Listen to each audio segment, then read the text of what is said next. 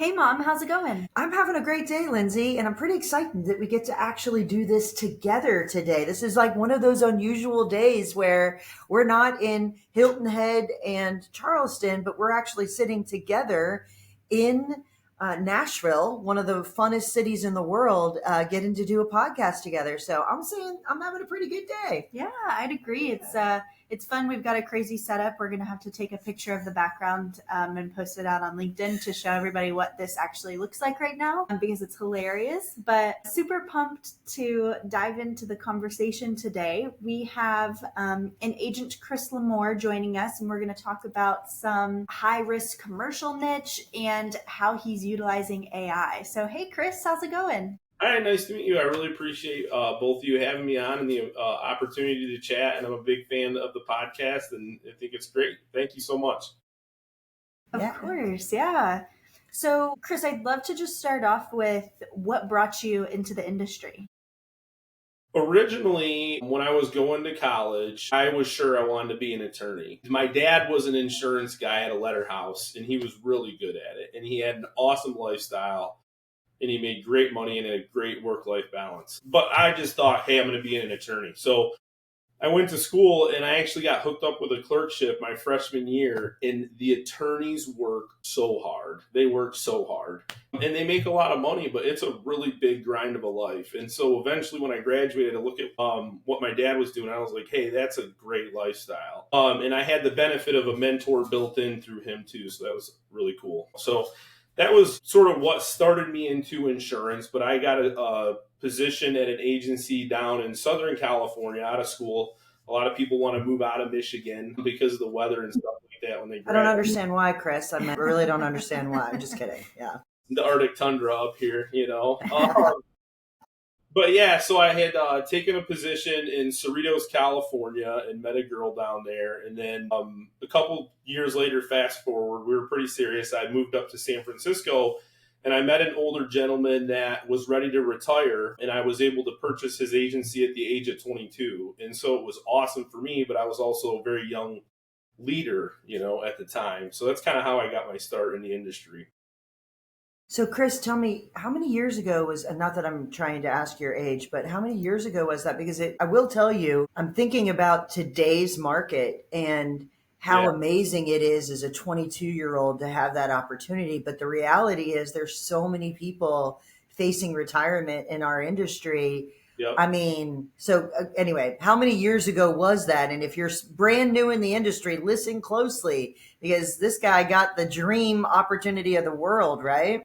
I did, but you know what? They're still out there too, and you have to find your sweet spot and be able to take risk. I know a lot of agency owners that either purchased or built them between the ages of 20 and 30. And I know some that have cashed out at 35 with 15 years in for 10 million plus on their agency. Sure. It's a tremendous opportunity. I was really, blessed with the opportunity. It came together in a funky sort of way. But yeah, it's really been an awesome thing for me. And I'm 18 years now in the agency, and I had 3 years of insurance experience prior to that. But I think that there are still opportunities out there. The mergers and acquisition environment is super aggressive right now. But a lot of the venture capital firms that are chasing that, and even the larger insurance companies like an Acrisure or something, they're not messing around with a mom or pop shop that has less than 5 employees. They're not super interested in it. They can't turn a big ROI on it. So my advice, if you're a young agent and you're getting started in sales and you're really confident in your leadership, get a list of insurance agencies in your state of people that have less than 5 employees and start relentlessly calling them and just introducing them to yourselves and saying, hey, long-term, I'd like to buy. But I think there's still a lot of opportunity out there, I hope. Just for a stat, because I love stats and I love numbers. I don't know if you know me, but 83% of independent agents are actually what you just described. They are under 1.25 million in revenue. Actually, half of those are under 500,000 in revenue. There's tons of opportunities. I would agree with you 1,000%. I'll also say that the small agency is the fastest growing area of people like starting up, which makes me really happy for this industry. You're at 22, started you had the opportunity to buy an agency. Yeah. What was the agency like, and what was your vision for what the agency success would be? Tell me the makeup of the agency as you bought it? And then what did you do with it? I've always been a huge goal setter. And so even at the age of basically when I graduated college, I wrote down goals. Here's where I want to be. And I had already put down there, own my own agency when I was like 19, you know? Wow. So I already kind of had the vision of that. I had spent 2 or 3 years working at larger agencies, primarily on construction risks. And at the time when I purchased the agency, they had a full-time employee, and it was an older gentleman who really became an awesome mentor to me also, but again, was ready to retire. They had about 350 or so personal line clients, and that was really the bulk of the agency at the time, so it was very small. But the coolest thing ever about the situation, and again, why it was serendipitous, is that the gentleman had signed an agreement with a cluster in which he had access to like 65 premier insurance carriers, and a lot of them wrote heavy duty construction risk. So it was like an immediate gateway for me for good carrier access, building equity within an agency instead of just selling and making that commission, which that's great too, you know. But it was really good from that standpoint. And I knew pretty quickly I was going to morph it into an agency that was very specialized in construction insurance. So is that just having the access is what led you into the space, or was there something that actually drove you to those high risk commercial risks? At the time, it started off more with construction, but you know what's funny is there's a story about that actually. But I walked into a really grisly old contractor shop who like these are my bread and butter clients now. I love them, you know. But these guys they're serious and they're not pulling punches a lot of times. And I walked in and I was like 21, working at another agency, and I was trying to solicit this guy for insurance, and I had set this a meeting. It was a cold call. And I walked in, and the guy said, "I got underwear older than you, bud. Are you going to try and do my insurance?" And I was like, "What?" It was a big deal. And I think because I was so young and I was a little chubbier, maybe baby faced, you know, I would walk into places, and I feel like, frankly, they just don't expect that, or they're fine maybe letting you quote or something. But like the truth is it's easier to sell insurance if you got a little salt and pepper in your hair and you come in and you're more well seasoned. And so I wanted to be able to say to people, hey, listen, you can look at me and judge me based on what you want. Let's chat for half an hour or 45 minutes about protecting your company and risk management. And so at that juncture, when that guy communicated that with me, I left that meeting thinking I'm going to be the most educated insurance person and risk manager in the nation. And so at the time, I started pursuing designations, and I was a good college learner too, and it carried over. But I completed a CIC, a CRM, a certified risk insurance specialist, an environmental protection specialist, an OHST, which is a safety consultant designation, and also the PHR, which was a human resource designation. And I started going out to smaller contractors and selling them, and it was awesome. But what I realized was that if I worked on bigger clients with complex problems that regularly have claim activity and a lot of moving pieces to their company, they value what I do more. I have a really careful relationship with those clients. I'm consulting them all the time. They're calling me with HR issues, safety issues, insurance issues. I mean, there's just a big gambit of stuff. And I think the depth of that relationship is awesome because it creates really high retention. So like our retention with construction clients is 99.5% for like 5 years running. We're giving them something they can't get somewhere else, I feel. Yeah. Through owning the agency, because all of this is when you were working at the other agency, correct?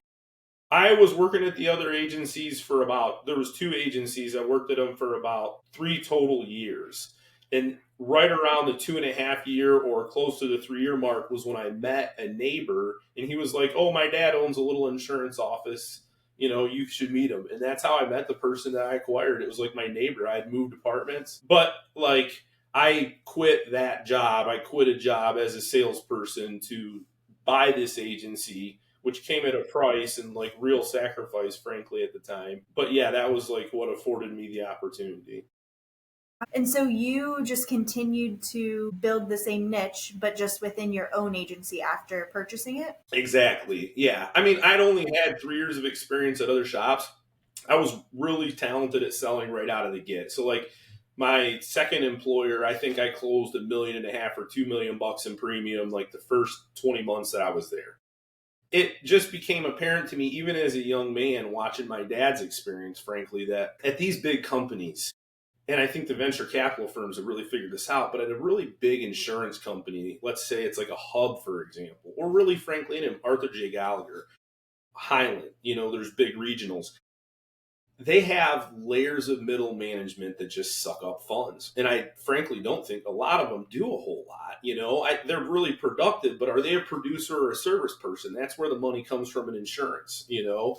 And so, what you end up figuring out, even as a young producer, is like, okay, I'm getting this commission split. Maybe it's 35-25, whatever. They've shifted a lot over time, frankly, too.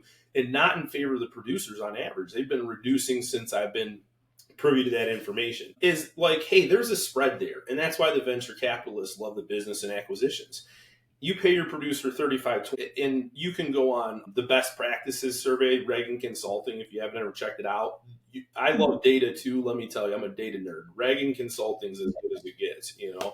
But like you look through that and you figure out, hey, listen, in any healthy agency, there's a 10 to 18% spread of margin that is available there. And it can go towards middle management and huge layers of middle management and a sales manager to tell the sales guys what to do every day because they're not maybe as proactive or aggressive, or who knows what there is. But there's an extra margin there. What originally attracted me to buying the agency, I was young. I didn't know all the intricacies of the equity and stuff at the time. I got lucky. But it was like, hey, I can always pay myself an extra 12 to 15% long haul. I can control my agency. I can make sure the customer service is exceptional. It's all within my powers. And honestly, too, the biggest draw for me, and even long term, now I'm 20 plus years in the game, is the work-life balance and the flexibility that the opportunities afford me is awesome. And it's really led to me to have like a robust family life too. But yeah, I think at the time, I was more attracted to that. I didn't get the equity. As I got a little older and people started contacting me all the time to potentially acquire the agency, then I was really like, hey, agency value, maximize agency value. What do I need to get to? I think hopefully every agency owner's kind of like got their number, a lot of them. Yeah, me too, man. Me too, Chris. Can you say that louder for the people in the back, would you? I think that's what everybody should be thinking about. Could not agree with you more. So you've decided to have a pretty niche-based agency, and talking about valuation, that's a thing that we pay attention to, and that can actually hurt an agency. It can help an agency. It can actually do both. There's a lot of things to think about. So from your perspective, running a niche-based agency, how do you deal with some of the challenges that can come from a specialized agency? Or how does that impact your decision on how to build your agency? Because anytime eggs are in a basket, something can challenge that. Like something can actually create it. We've already talked about the upside. You can get super, super efficient. You can have higher profitability. You can have really, really honed in relationships with carriers. But we're sitting in a market right now that if you're heavy in one carrier or three carriers and they choose to have a different appetite, now we got some risk happening, right? Or if your eggs are all in one basket and something happens legislatively in the areas that you're operating, it can definitely create some risk. So tell me what your outlook was on how you picked your niche and you're thinking about that. Yeah, I consider myself like a futurist, which I think is not popular or common, frankly. And I've heard a lot of futurists speak, and I'm kind of like, I don't know. But even when I got in the industry, there were things that were like very apparent to me quickly. Again, I think that these are unpopular things to say in the industry too, but it's unfortunate. Like agency owners are misguided because of that.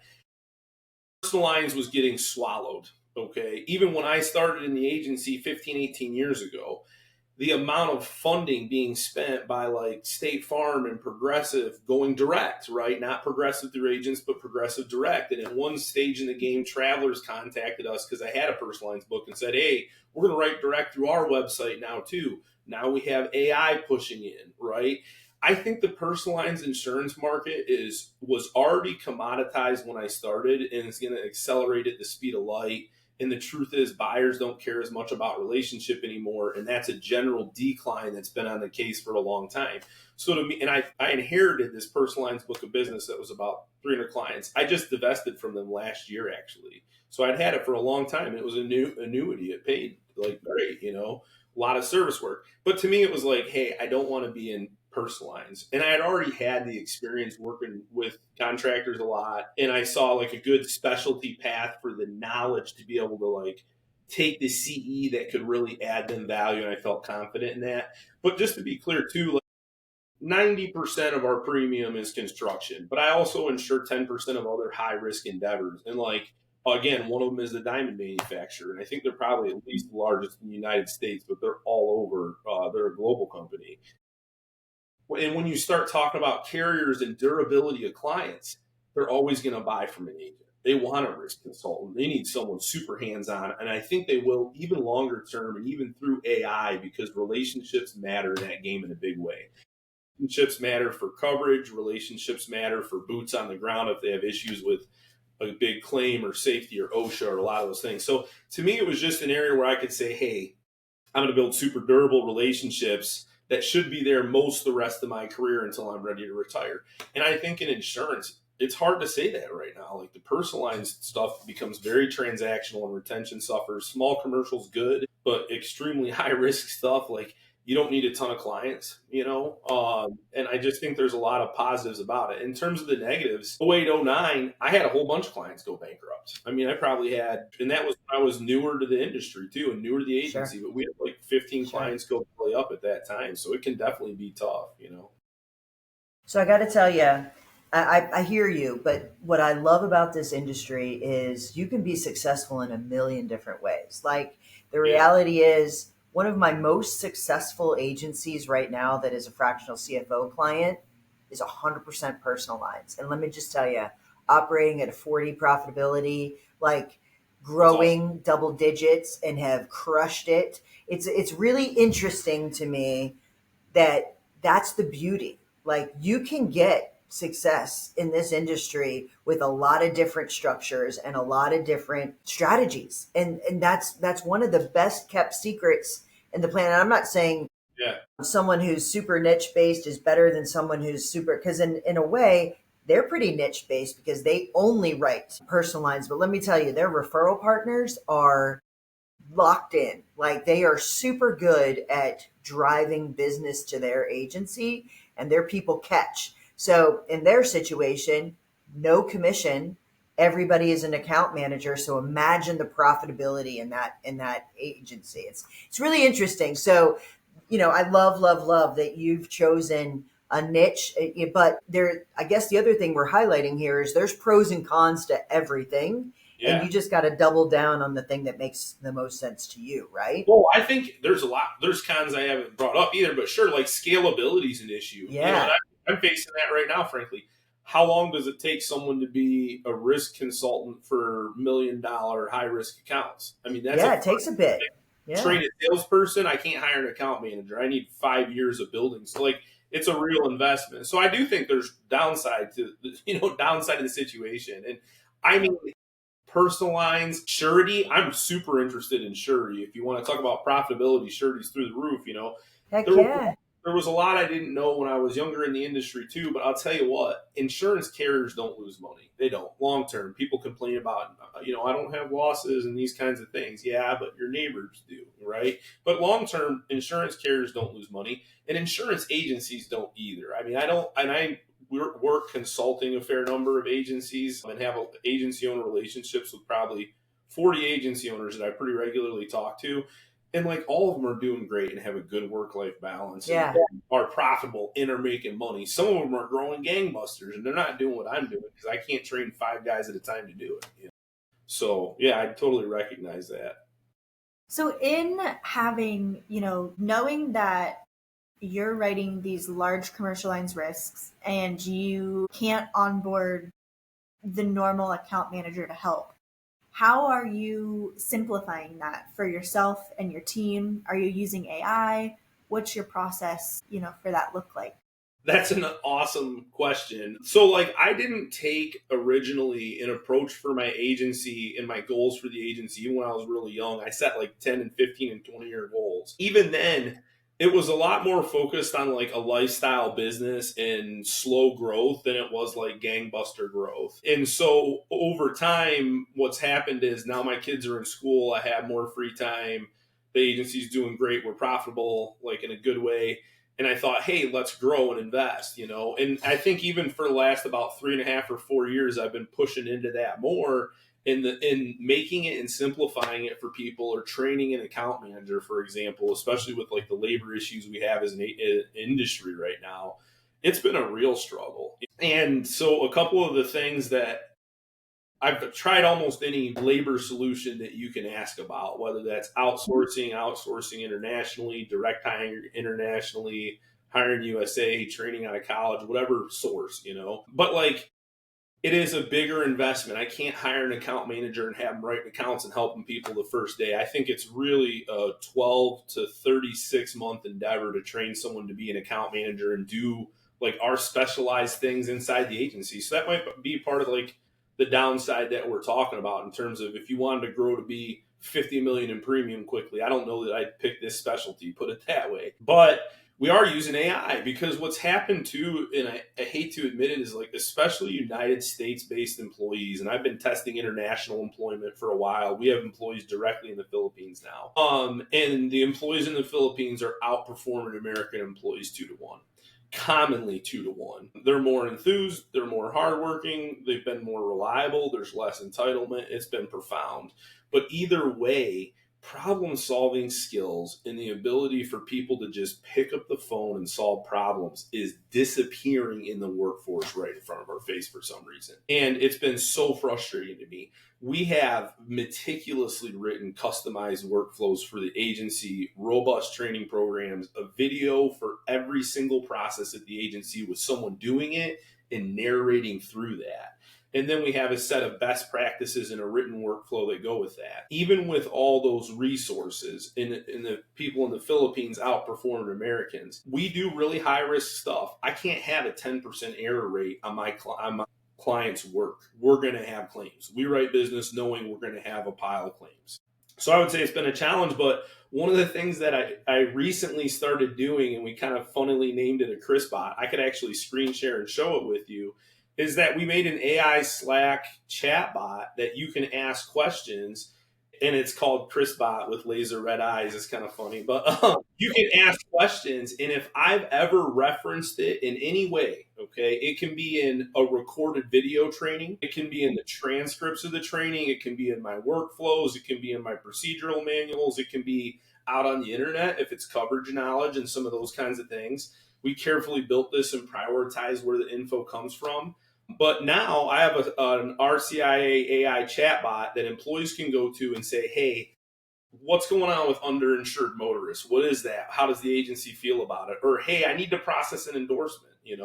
We have employees that we've showed a process 3 or 4 times. They still need to consult the materials. Do I want to spend someone's mentorship or shadowing time doing that? And I think it can be tough because a lot of those people are buried in the work right now. And so you can go to this AI chatbot, and if you want, I can share that with you. Are you comfortable with that? Okay, cool. I like the Chris bot with the laser red eyes. Just talk us through what you're doing in case anyone's us through what you're doing in case anyone is only listening to audio. Yeah, no problem. So we use Slack as our agency communication tool, but you could easily build the same thing for your agency in like Microsoft Teams or whatever chat service you use to quickly communicate with each other. But the premise is that, again, it's like a reference source and a research tool. So if I have an employee that has a question, they can go in and ping the Chris bot up here, and they can ask some questions. So like one of the ones that we asked up here was, can you, based on the context, can you give me best practices about quoting? And it'll spit out the best practices out of our best practice document. What are the agency minimum limits for auto insurance? Hey, I'm quoting auto insurance, and it'll spit out the agency minimum limits here. And so it's something that I'm really aggressively testing, because with people's difficulty problem solving, a lot of times they just need to point in the right direction. And this might be someone that we're training that is literally pinging a current account manager 50 times a day, trying to really diligently learn our processes and where the materials are. But like, it can even point you to files and stuff like that too. Where can I find the workflow for endorsing a policy? Or we did one yesterday. A client calls in with a claim. What do I do? And it'll be like, hey, there's this guide and here's some information and some general steps. So this is one of the first things that I think is going to be a useful tool for us in terms of like employee efficiency and training efficiency and trying to scale, the agency in a way that like, even if you're newer to the agency, you can get some of that sage advice really quickly. And it references, and the materials that we've learned it on are really profound. It's every training video we have in like all of our materials, plus what you can find on the internet, which I'm skeptical of all that, but One of the most valuable things we have is time, and one of the biggest challenges in our industry is finding talent. And so this is actually addressing both of those things. So if you've got talent, they don't have time to act, and you find new talent, don't have the time to actually train the new people. So I love the concept. I absolutely do. I think everybody should be thinking about that, and everybody should be thinking about it from a closed perspective. You feed the information that you want that to be, not open AI or chat GPT that you have no idea what the sources are. I'm not saying that that's not strong. It's just not for this purpose. So super fantastic. So Chris, I got to tell you, man, we could probably talk to you for hours and hours and hours. We really could. You're fascinating. What I love about your story is, number one, you were able to have an opportunity to buy an agency super young. You set a plan and you clearly executed it. And what I think is more important is you're changing with the times. Like, you have owned an agency through a period of time that rapid growth and rapid change around us has happened. You were in '08 when things were not happening. You also went through COVID. Like, listen, this industry is not slowing down, and its change is not slowing down. It's speeding up. So good for you for keeping up with that and continuing to innovate. It's super impressive.